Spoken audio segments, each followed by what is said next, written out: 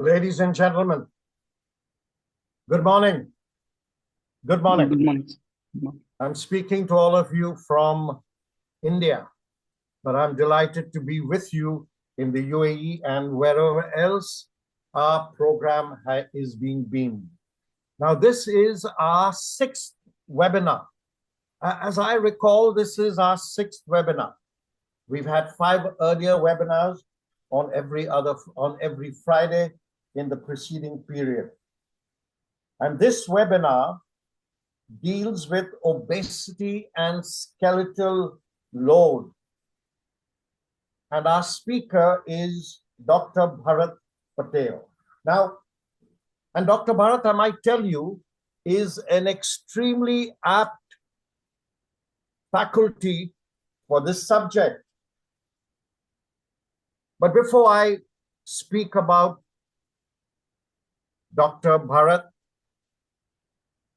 I have the impression, and Dr. Bharat will correct this, that as a consequence of obesity, the probability or the propensity or the risk of bone and joint related ailments greatly increases.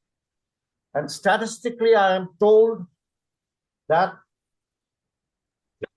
it is at least 20% of this population will have serious bone and joint problems.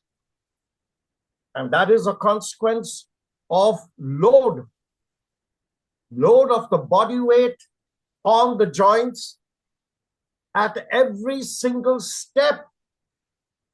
You know, to my knowledge, every time you take a step, more than 6 times of your body weight is placed on your knee or your hips or your ankles. But we all have to walk. We all have to climb steps. In those of us who are obese, this results in wear and tear, especially around the knees and the hips, and even low back pain, which results in numbness, weakness of the leg, and reduced mobility.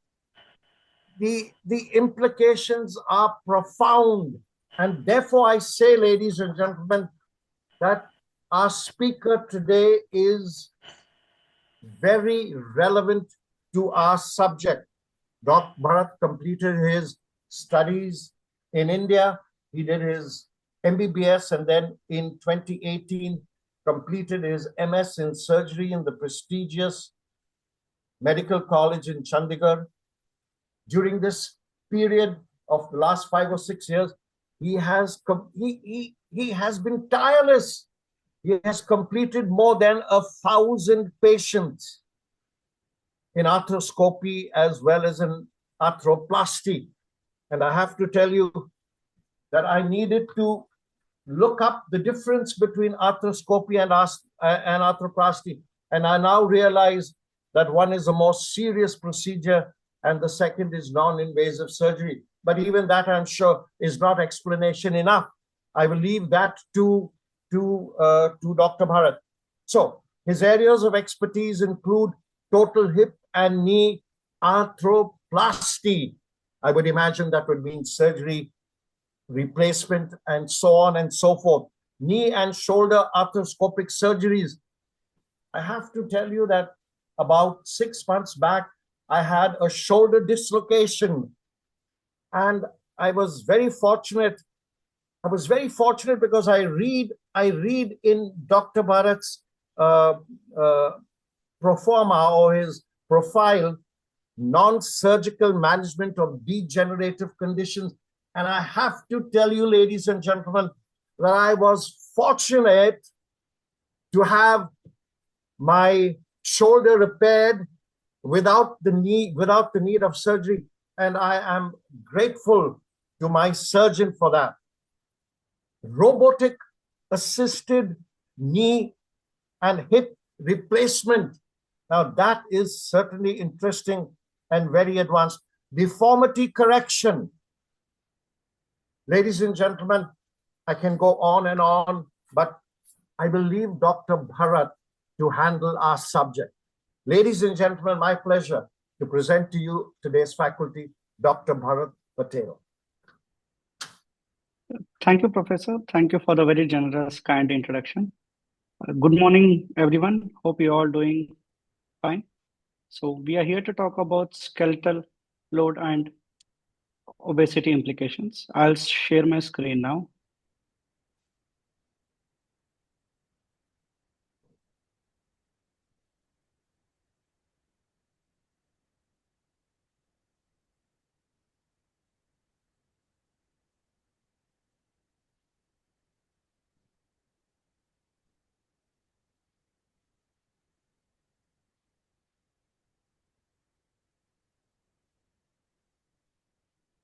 Just a minute.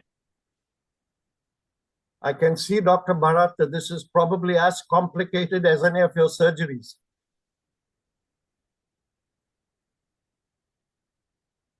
Yes, sir. Are you able to see my screen now? Not as yet. Dr. W, can you? No, sir. Okay. No, Yeah, I think now we can. it's visible. Perfect. Yes.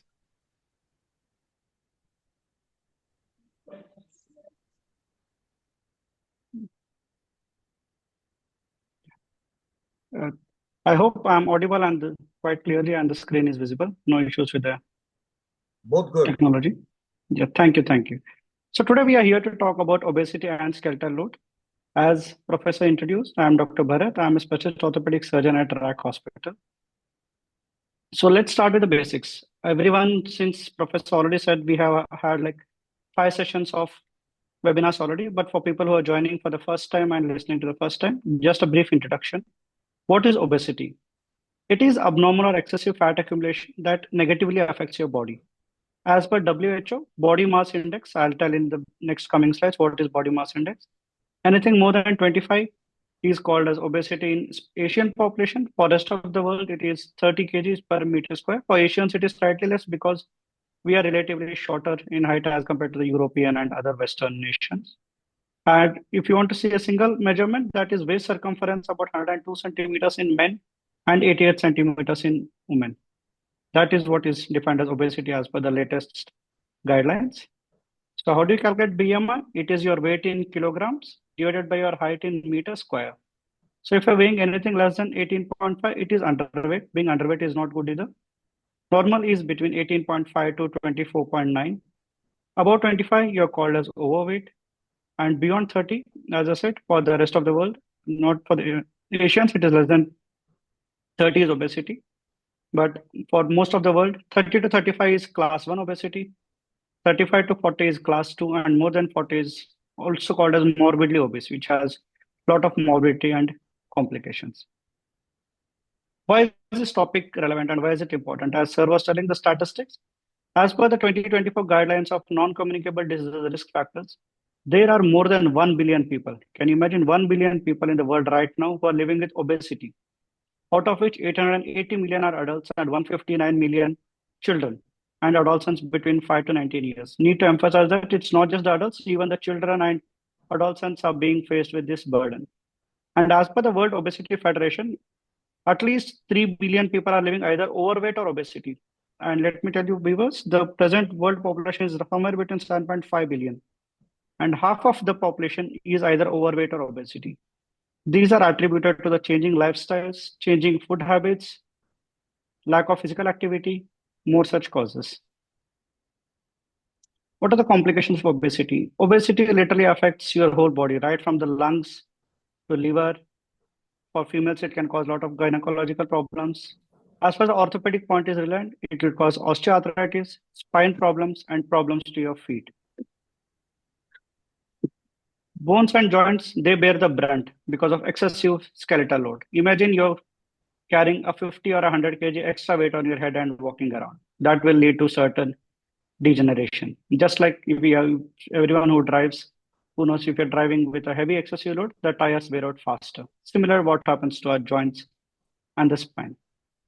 So coming to a few orthopedic condition, obesity in itself is a risk factor for gout, a condition where your uric acid rises and causes inflammation and swelling and redness of the knee, hand, feet. Osteoarthritis is another degenerative condition where our knees and hips they start getting eroded in simple terms, wear and tear of the joints. Osteochondrosis means the tendons, the patella tendon and the other areas where our muscles get inserted, they start getting inflamed. Spondylosis is a back condition where the arthritis of the back, lower back especially. And in foot, it can cause flat foot. You will see etiology and origin of each and every disease. So what are the causes of obesity? Overeating is one, yes, definitely. Other causes like environmental factors. If patient is on chronic medications like steroids and other immunomodulators, if there's a family history of obesity, lack of exercise, genetics has definitely, and some people have post-pregnancy obesity as well. What is skeletal load? Coming to a topic. It is the force that is exerted on the bone and joints due to the weight. So as it is in simple terms, more weight is equal to more stress on the body. The main areas which are affected are your shoulders, hip, entire spine, knee, and ankle, because that's where our body carries the weight. And see this, with every 1 kg of added weight, the proportionate increase is not 1 kg, it is 4 to 6 kg. So if you add 1 kg, your weight on the knees and joints are increased by 4 to 6 times. So if you're overweight by 10 kgs, imagine the extra weight burden on your joints is 40 to 60 kg, 40 to 50 times more. So that is how much of a profound effect it has. And vice versa is also true. So once you start losing weight, even if you lose 2 kgs, it might seem lesser, but it has 10 times the impact on your joints. Or also, it leads to changes in your posture, gait, balance. Greater pressure is on lower spine, knees, and the feet. So what is the impact of obesity? This is the normal knee. And you can see here, this is the normal joint space, which is there. The bones are come in contact with each other because of the wear of the cartilage, wear and tear in simple terms. So that leads to osteoarthritis.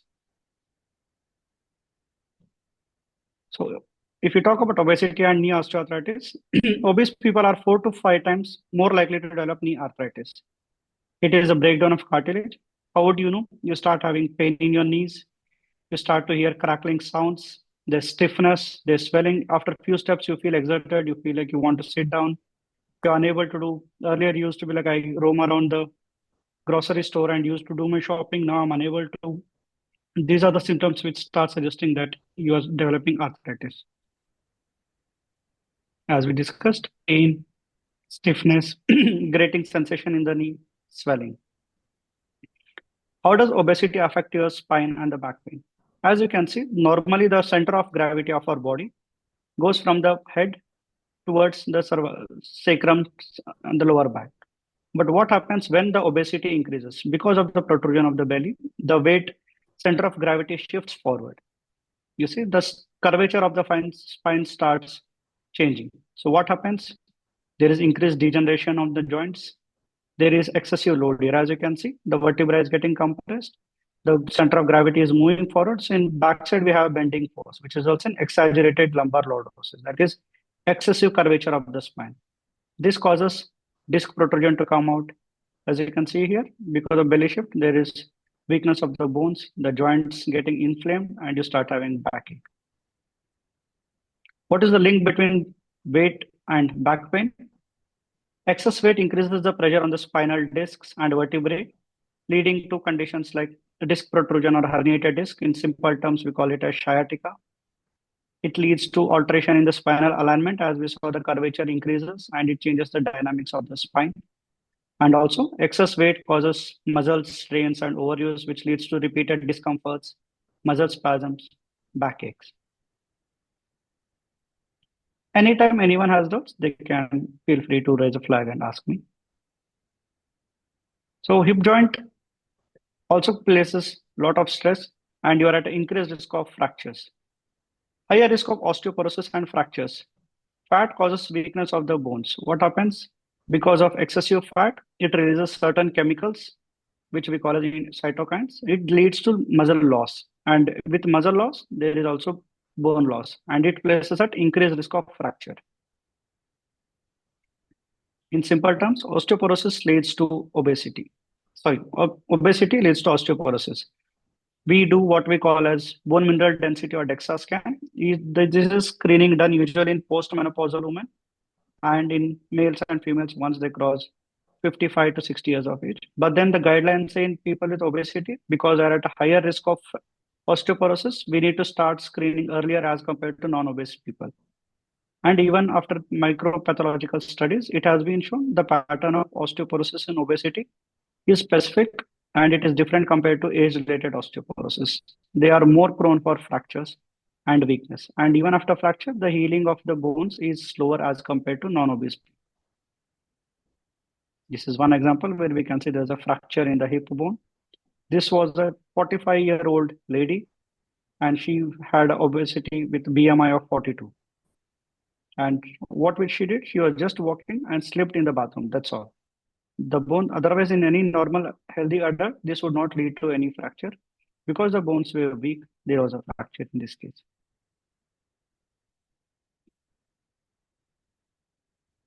So how does it affect your foot and ankle?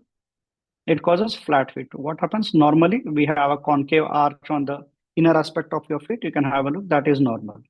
But with excessive load that is being placed, the ligaments which support this arch, they tend to become weak.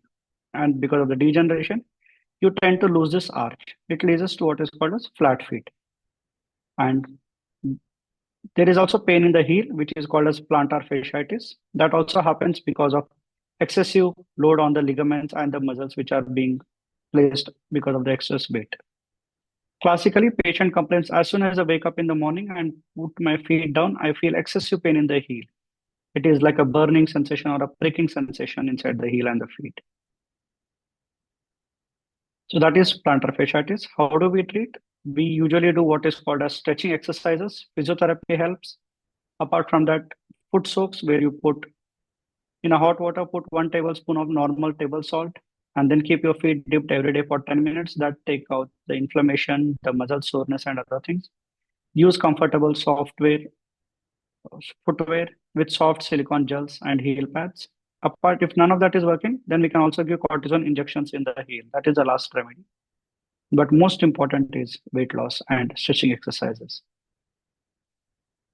As you can see, inflammation because of obesity, there are the good chemicals which protect our knee from degeneration. But because of obesity and fat, and because with obesity, there is obviously the lipid profile gets deranged, your insulin, there is resistance in the body. So what happens? The destructive chemicals or the cytokines which break down the cartilage and the bones, they start getting accumulated in the knee. That's why you start having osteoarthritis, which is more in BMI. But what is the good news? You can see double arrow, it is reversible. As soon as you have a normal BMI, lean mass, muscle strength, and weight loss intervention, we can reduce the good chemicals inside the joint. Increase the good chemicals, reduce the bad chemicals. So it's a vice versa reversible process. How does hormonal imbalance lead to bone density? Because of obesity, there is what we call as estrogen cycle. Increase in obesity causes increase in testosterone breakdown, which leads to excess estrogen, and estrogen causes decrease in the muscle mass and increase in fat. And especially for males, it is important to know that obesity leads to male infertility as there is increased conversion to estrogen. Coming to the pediatric affiliations of obesity, as I said in the beginning, there are about at least 180 million estimated pediatric patients and adolescents in the bracket of 5 to 19 years who are being now suffering from obesity. We see this disease, what we call as specifically seen in obese children, called board legs or Blount's disease. And one more condition which is only seen in obese children and adolescents is the slipped capital femur epiphysis. That is, the hip joint, it gets broken and moves away from its position in simple terms. The ball has slipped down. And these, as I said, are only specifically seen in obese patients. So how does orthopedic conditions which are seen in obesity? It leads to excessive growth. Normally, the growth is curvilinear as per the age, but what happens because of rapid growth, it can lead to more shortness. The growth which is supposed to be longitudinal and sustained, it will lead to rapid closure, and rapid sudden growth It also leads to poor balance. They are at an increased fracture risk, bowed legs, and hip problems. So now that we know the disease burden, how it is negatively affecting the body, we will discuss now what are the management strategies. As we discussed in the earlier slides, that increase in 1 kg leads to more than 4 to 6 times the extra weight. Similar is true vice versa. If we start with a weight loss journey, 10% of weight loss reduces knee pressure by 50%. As I said, it is 4 to 5 times. Even the excess load, and even when reducing, it is same. The benefits are also 4 to 5 times. So if you cut down your weight by 1 kg, you are reducing the load by 5 times. So 10% weight loss, if you're 100 and you reduce it 10 by 10% to 90 kgs, you already reduced the pressure on the knees by 50%. It improves mobility and reduces pain. This is from a study which is for every 1 kg of the weight loss, the knee load diminishes by 2.2 kg and the walking speed increases. This is another study from the Osteoarthritis Society, which is 10% weight loss through diet and exercise reduces 50% chances of osteoarthritis degradation. I know it is difficult with obesity that people have these complaints. I cannot work out, I cannot run, I cannot do this, which other people would do. That is why we have something called a low impact exercises. Simple things like walking. You don't need to run excessively. That is a common misconception that everyone has. To lose weight, I need to run on the treadmill. That is the biggest myth. All you need to do is put your treadmill at an inclination of 3 to 5 and just walk. Walk at 3 to 4 kilometers per hour, which is very comfortable speed. Do that for 30 to 40 minutes every day. 10,000 steps is what they say. But since we want to lose extra, we can stretch it to 15,000 gradually. Just inclined walking on a treadmill leads to more fat loss and weight loss as compared to running for like 1 hour. That is the biggest myth which people have. You don't need to run to lose weight. You just need to walk. Walk at an inclination and at a comfortable speed. Another very good modality is swimming. To every patient who knows swimming, I advise there is no exercise like swimming. It is not placing any extra load on the joints. It does not lead to any erosion. Even the elite athletes like Cristiano Ronaldo, Lionel Messi, and all the international football players, they train specially underwater because the water from buoyancy protects the joints. And also the risk for re-injury is very less in rehabilitation. So underwater training and swimming is very good. Cycling whenever possible, either the indoor cycling or the outdoor. Yoga to cut down the stress, as stress also leads to excessive eating and weight gain. And there are something called as HIIT, high intensity interval workouts. These are done for a period of 30 seconds to 1 minute. After each set, you take a break, like plank touch, plank, mountain climbers, windmills. And there are a lot of content available on YouTube as well, and most of the gym trainers know about this HIIT work. But if you're unable to do HIIT, I would advise start with the low impact exercises. First, get down to a basic weight loss, shed a few extra pounds, and then you can progress to the HIIT. How does diet play? Diet is the biggest role which supports your strong bones. Normally, if we see, this is the age and this is the bone density. Around 25 to 30, we reach the peak bone mass, what is called the best weight your body bones can have. It remains same for about 50 years roughly. And when we start getting a little older, the bone naturally becomes a little fragile and the calcium and the strength starts reducing. Later it produces what is called osteoporosis. But what happens? This is with healthy diet, healthy activity, and workout. When we switch it over to unhealthy junk food, cold drinks, alcohol, smoking, add to that inactivity, long sedentary life, you never achieve, even at the age of 25, 30, you see this difference in the graph. The genetic peak bone mass is not achieved due to poor lifestyle. So the bones are inherently found to be weak even at the age of 25, 30. And naturally, you attain osteoporosis by the age 50, which is normally seen at 70. You can see the rapid difference in the strength of the curves. That is the negative impact the food and lifestyle choices make on our bones.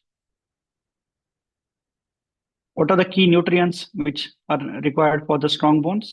As most of you must be aware, we need calcium to strengthen the bones, vitamin D, magnesium, phosphorus, and vitamin K. And as you can see from this picture, milk, laban, cheese, eggs, spinach, broccoli. They are the best friends for your bones. Superfoods for strong bones. Calcium is the most essential element, and the best source for calcium is undoubtedly milk. Cheese is another option, which has a lot of calcium along with vitamins and proteins. Yogurt is a good option for people who don't like milk. They can drink yogurt. Nowadays, we get flavored yogurts as well with vitamin D and A fortification, which they added extra. Sesame seeds, which is considered as a superfood, is very good source of calcium, magnesium, vitamin K and D. And spinach, as I said, has the highest calcium content. Easily available vegetable, can be used in various forms for your sandwiches or in other preparations with the cereals. A role of bariatric surgery, yes, bariatric, especially in, as I said, morbid obesity with people more than 45, 50 obesity, we can do bariatric surgery. It is a surgery where they do some bypass to cut down on the fat, and so that the absorption is less. It reduces the weight drastically, about 30 to 50%. At our RAC hospital, we do bariatric surgeries, but these are done by the general surgeon, not by us, specialist bariatric surgeons. So this needs to be discussed with them regarding the pros and cons, but it helps in taking out the extra weight. Few tips on how to reduce the knee pain: load management, that is shedding extra load, exercises, simple exercises in the gym like quadriceps and your legs. You should be aware like the do's and don'ts, especially once you start getting older. Avoid the stairs, avoid squatting and sitting on floor for the long time. Slowly increasing the exercise. People enthusiastically go to gym. They feel I'll start working out from today and I'll shed all the weight within 1 week or 10 days. They overwork out. That leads to muscle injuries and then they quit going to the gym. It forms a vicious cycle. So it's always progressive increase. Start slow and go for long. That's the secret success mantra. Be adaptable, have patience. As I said, weight loss is a journey which is not done within weeks. It may take months to years, but slow and steady makes the fastest progress. Tips to ease your back pain: focus on your core muscles, especially the lats, which we call the latissimus dorsi and other spinous muscle, which keep our spine erect. You need to work on your core strength of the muscles. Stretch your muscles daily. Correct posture. I always advise whenever you're sitting, sit with a straight back, with a straight neck. Even if you use a desk job, the screen should be at the level of your neck. Try to put it at the side so that your neck is not always on the side and cause excessive neck problems. Usually use a chair which is called an ergonomic chair, which has a curvature for the lumbar spine. If your chair is straight, just place a small pillow behind your back, which helps in restoring the normal curvature of the spine. So that is one modification. Take walks. Do not sit prolongedly for 2 hours, 3 hours, 4 hours. After every 1.5 hours, I always advise get up for 5 minutes. Take a washroom break, take a coffee break, or just go out, have a sip of water. It helps you rehydrated, keeps your electrolytes in check, and helps in preventing muscle injuries. Always walk after 1.5 hours, get up, take a 5 minute break. Learn how to lift correctly. I get a lot of patients saying, I lifted weight, I lifted the water can and I have back pain. So don't put all your weight suddenly. Slowly put it on your legs and then lift them. Keep the item close to your body so that it is placing less strain. Keep pressure off your back while sleeping. Always use a medium firm mattress. Excessively soft mattress is not recommended as it leads to change in the posture and curvature of the spine. Keep an eye on your weight. Quit smoking and quit alcohol. This was I. This was a survey which we did in the OPD. We randomly asked patients and people like the myths regarding obesity and skeletal system. Most of the people thought obesity is only caused by overeating, but no, it is multifactorial. Genetics, hormones, lifestyles play a role as well. Second myth is only exercise can cure obesity. That is wrong again. Exercise is important, but diet plays a bigger role. I always tell to my patients, we have a dietitian in house. Get a diet chart implemented for your weight and your height. Then prepare a diet chart, number of calories that you need to take, you need to split. What happens? People end up in skipping meals, they fast. They do that for 2 days, 3 days, it is not sustainable, then they binge eat. And it creates a vicious cycle. So that's why it is always a planned weight loss. Fasting is important, but you need to consume a little bit of calories in between as well. Healthy calories. Another myth is people think once I start working out, my fat will turn to muscle and I'll have extra muscle. That is wrong. Fat and muscle are two different issues. Fat burns and muscle builds, but it does not convert fat into muscle. Another myth is I'm heavy, so I must be naturally strong. That is wrong again. As we saw in the last few slides, excess weight leads to weakening of the bones. It increases your risk of fracture. So it is far away from truth that being heavy makes your bones stronger. Another myth patient had misconception is if you're obese, you don't need calcium. That is wrong. Obesity affects calcium absorption. It increases risk of osteoporosis. So either by natural dietary supplements, or if you're not, due to some reasons, you're unable to fulfill with the dietary requirement, then we can always take extra supplements. Obesity affects all joints equally? No. The weight-bearing joints, as we discussed, the spine, the knee, the foot and ankle, they bear most of the burden. Walking is enough to reduce skeletal load in obesity. Yes, walking is beneficial, but not just walking. Add low impact exercise as we discussed along with dietary modifications. Another myth is I have joint pain. I should avoid exercise as it might lead to further worsening. That is again false. Resting too much weakens the joints. It weakens your muscles. It does not build the strength. Endurance training is what all the athletes and all the high profile, high impact people do to build the strength and the support. So low impact exercises, they improve the pain and mobility. Take home message. Obesity is a state of chronic inflammation, as we discussed, which significantly increases skeletal load. Obesity affects bone health just beyond mechanical stress as well. Weight loss, either through lifestyle changes or surgery, reduces joint pain and improves mobility. Long-term skeletal health needs a balanced approach. Weight loss, proper nutrition, low-impact exercise play a vital role. With that, I end my talk. Thank you everyone for patiently listening to me. Open to any questions and doubts.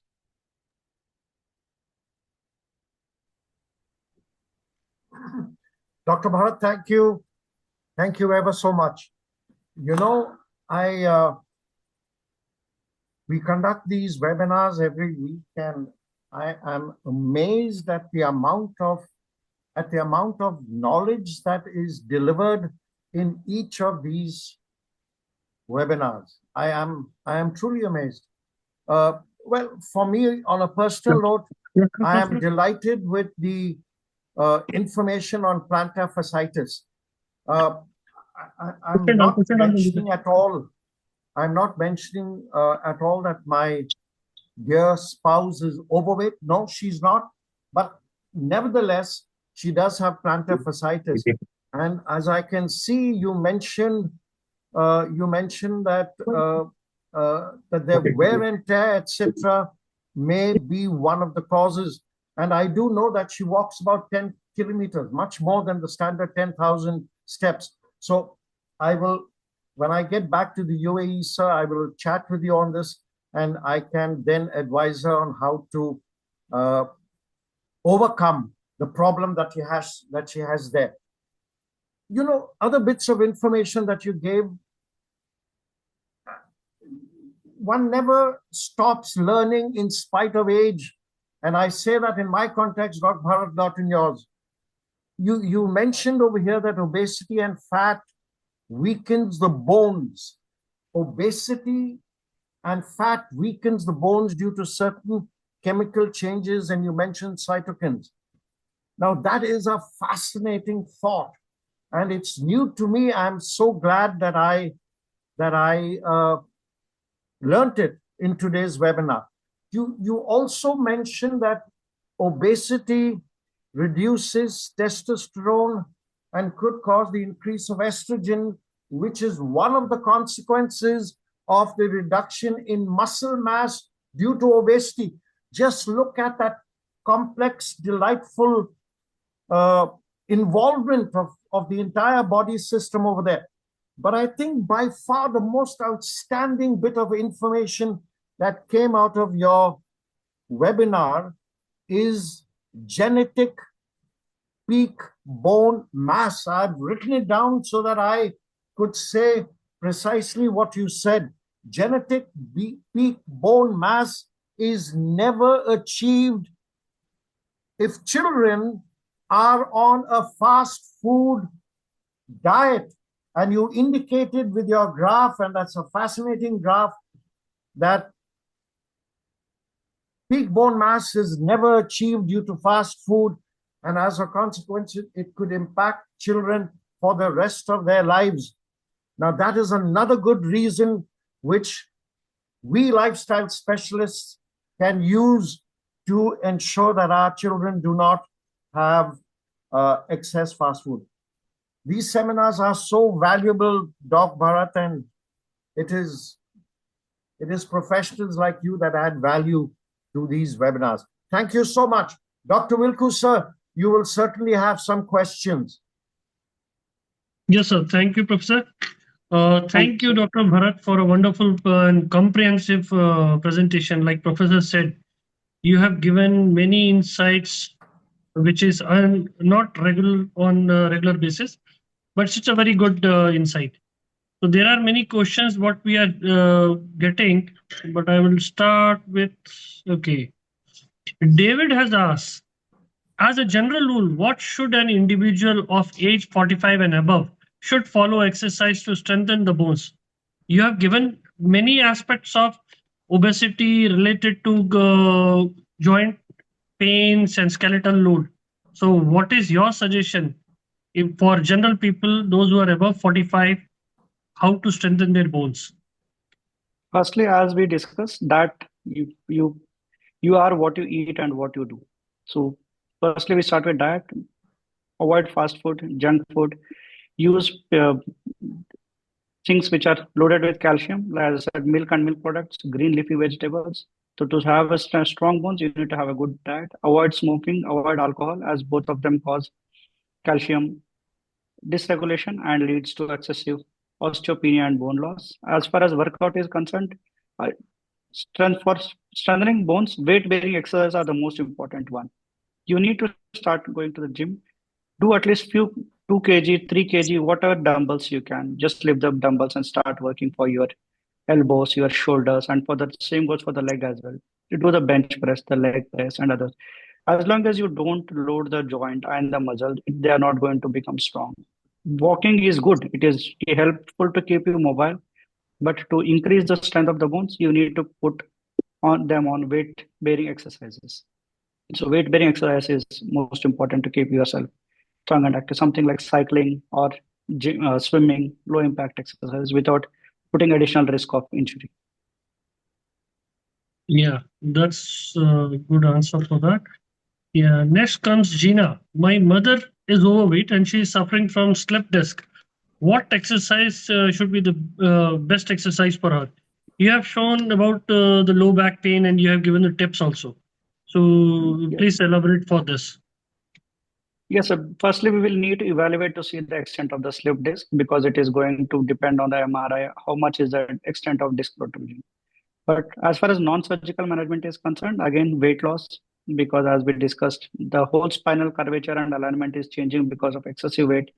The center of gravity of our body is shifting forward. So weight loss, to achieve weight loss, as I said, it's again a vicious cycle. You need to cut down, start with the diet, and then do some low impact exercises like walking or static cycling, and then core strengthening exercise of the back. In our physiotherapy, we have a very well equipped department with hydrotherapy as well. They make you walk under the underwater. They have the muscle relaxant shockwave therapies, electrical stimulation that will take care of the muscle spasm, and then do simple exercise like pelvis lifting and bridging exercise, which they are going to teach at the physiotherapy sessions. Yeah, good. Tanusha has asked, if one has a flat, this is very interesting actually. One has a flat feet due to obesity.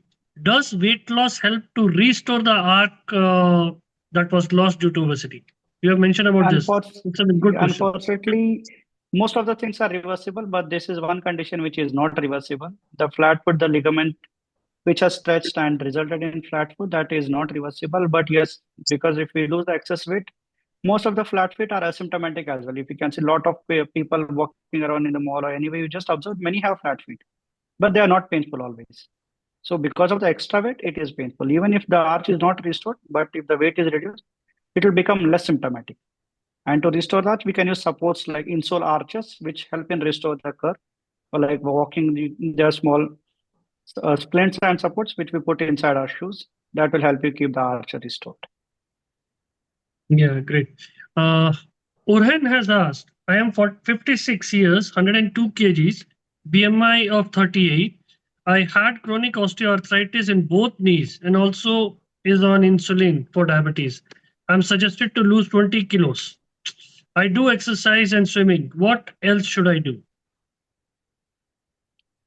Diet modification, most importantly.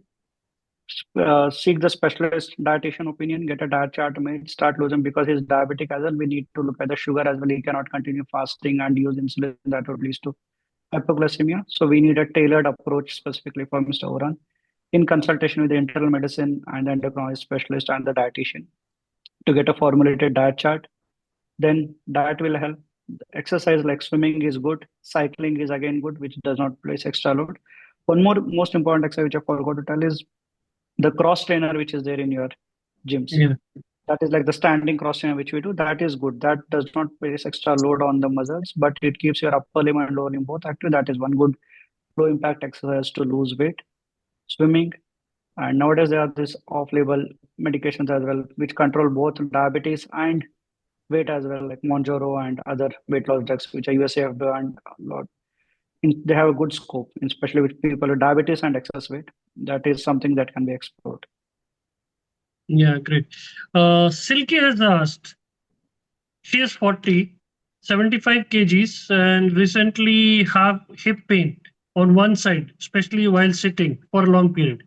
As I have a desk job, what can I do to prevent or eliminate this?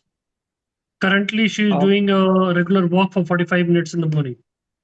as I spoke in my slides as well during the meet, is like especially for patients with desk job, as I advise, just stand up and keep walking every 1.5 hour. Don't sit for a prolonged time. Maintaining good posture is important.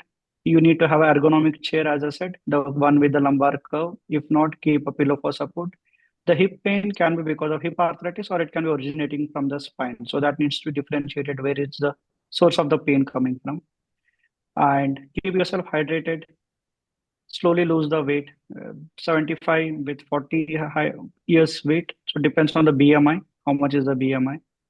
So I think that's all for now for Silky. Yeah. One, okay.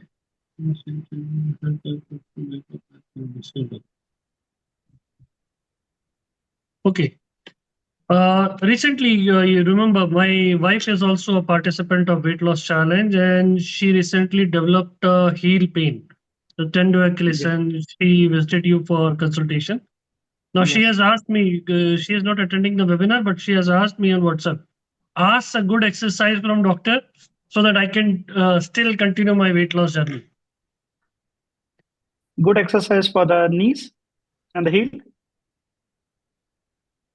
The Achilles, we do calf stretching where we stand on our toes and lift our heels like that. That is called as tender Achilles stretching exercise. That take case of the uh, exercise. And I saw in the comments as well, somebody was asking where can I find physiotherapy exercise. I was just going to say on YouTube, there's a lot of content. Like people in any language, if you just search on the YouTube or Google for that example, and nowadays ChatGPT, everyone is using ChatGPT as well. If you ask ChatGPT or on YouTube, just search whatever your query is, and it is going to give you good videos and content. And I would suggest see a couple of videos, not just one and follow. See 2, 3 videos so that you know which is the overlapping exercise which they are discussing. Do them. And if you have any doubts, like if it is leading to worsening of those pain, then consult a doctor. If not, continue doing those exercises. Lot of Yeah. content on ChatGPT and YouTube these days. All right. There is one more question. Ali Akbar has asked, he's 39, weighs, he had left knee ACL repair 4 years back. Now, whenever he tries to do exercise, especially walking or running, he gets knee pain. What should I do? As he had ACL surgery, there are chances that even the meniscus was injured with the ACL. So we'll need to evaluate what is the cause of pain. If there was a partial meniscectomy done, it might be signs of early arthritis, which has been happening. So he needs to get a fresh MRI, and then we'll need to see the root cause of the pain. Apart from that, as far as the pain is concerned, usually in post-ACL reconstruction patients, the quadriceps and there is one more muscle called as VMO, vastus medius, which is a part of the quadriceps only. They are generally weak. So you need to work on the quadriceps and VMO strengthening. In the gym, there is this machine with which you lift your weights with the leg. So that is Yeah, quadriceps and VMO strengthening. Start to do that, and swimming and cycling. yeah, true. And generally, we see those people who have any degenerative disease or had any surgical intervention for joints, they should be avoiding any jumps, uh, jerks, like running, walking, fast walking, running, and skipping also. They should be preferring cross trainer, which is very good. I suggest everyone for cross trainer to be on the safe side. Swimming is the best exercise for them. And then nowadays there is anti-gravity treadmills also available, so they can use that also. Okay. From my side, I am over, but I will ask. You have already given a takeaway message, but my last point of concern, in 2 lines, if you want to suggest everyone what a person should do who has any joint pain to lose the weight. Cycling, and as I said, treadmill walking with inclination and low speed walking. You don't need to run and overexert. Just keep walking at an inclined pace of 3 to 5 kilometer per hour with inclination of 3 to 5, combined with dietitian. There's a role for specialist dietitian opinion. People generally overlook. They don't even know there's something called as a dietitian, but always suggest meet a dietitian. True. So that was all from my side, but just to add, those people, participants who are attending for the first time, all the recordings of the webinar is on the website, webinar archive. Log into your participant page. You will find a webinar archive. You will find all recordings for you. You can watch it later whenever you want to watch, and everything is there, but that is on English. If you want to go change the language, you can, if your settings, according to your settings, you can have the captions in your language. uh, thank you, Dr. Bharat. Professor, over to you. Thank you, Dr. W. I travel into Russell Khaimah every 1 or 2 weeks, and I insist on, to the best of my ability, I insist on trying to get an aisle seat on my flight. And then every hour or so, I get up and do a small little walk up and down the aisle. And then I come back and sit down and continue to watch my movie. I say this in the context of Wendy talking about having a sedentary desk job. I think, Wendy, if you were to perhaps get up every hour or so and take a small little walk around the office, not more than a minute or two, it would be of tremendous benefit to you. A change of scene, in a manner of speaking, but also of medical benefit to you. I'm also delighted with the answer that Doc Bharat gave when the question was asked by Oren, I think it was, who was 102 odd kgs, and I was asking how things could improve. And I recall towards the end in his answer, Doc Bharat mentioned, and there are many medications, and he spoke about Manjaro, things like that. I firmly believe that it is important for us to take advantage of medical science and not hesitate to consult our doctor, and if we are morbidly obese or grossly obese or obese per se, not to hesitate to look at medication. But then I will leave that between the individual and his doctor. I would like to thank once more Doc Bharat for a simple and, as has been mentioned by many of the participants, an extremely informative and easy to understand subject on how to manage joint pain and strengthen bone for the entire topic of obesity and skeletal load. I would like to thank Dr. Bharat Patel for that. I would like to thank, of course, Dr. Wilku for organizing this seminar, which he does every week. I would like to thank our backup team, IT and Arabian Wellness, for organizing everything. I would like to thank our participants for coming in. And we have this webinar every week. I don't quite recall what the next webinar is, but next Friday, same time, ladies and gentlemen, we invite you to our next webinar. Well done, well done, well done. Obesity and surgical intervention. You may recall that Dr. Bharat did speak about bariatric surgery. I would imagine that would come in this session on obesity and surgical intervention. Surgical intervention sometimes is known as the final answer to obesity. So friends, please do log in to this seminar. Till then, good day and goodbye. And thank you all. Thank you, everyone.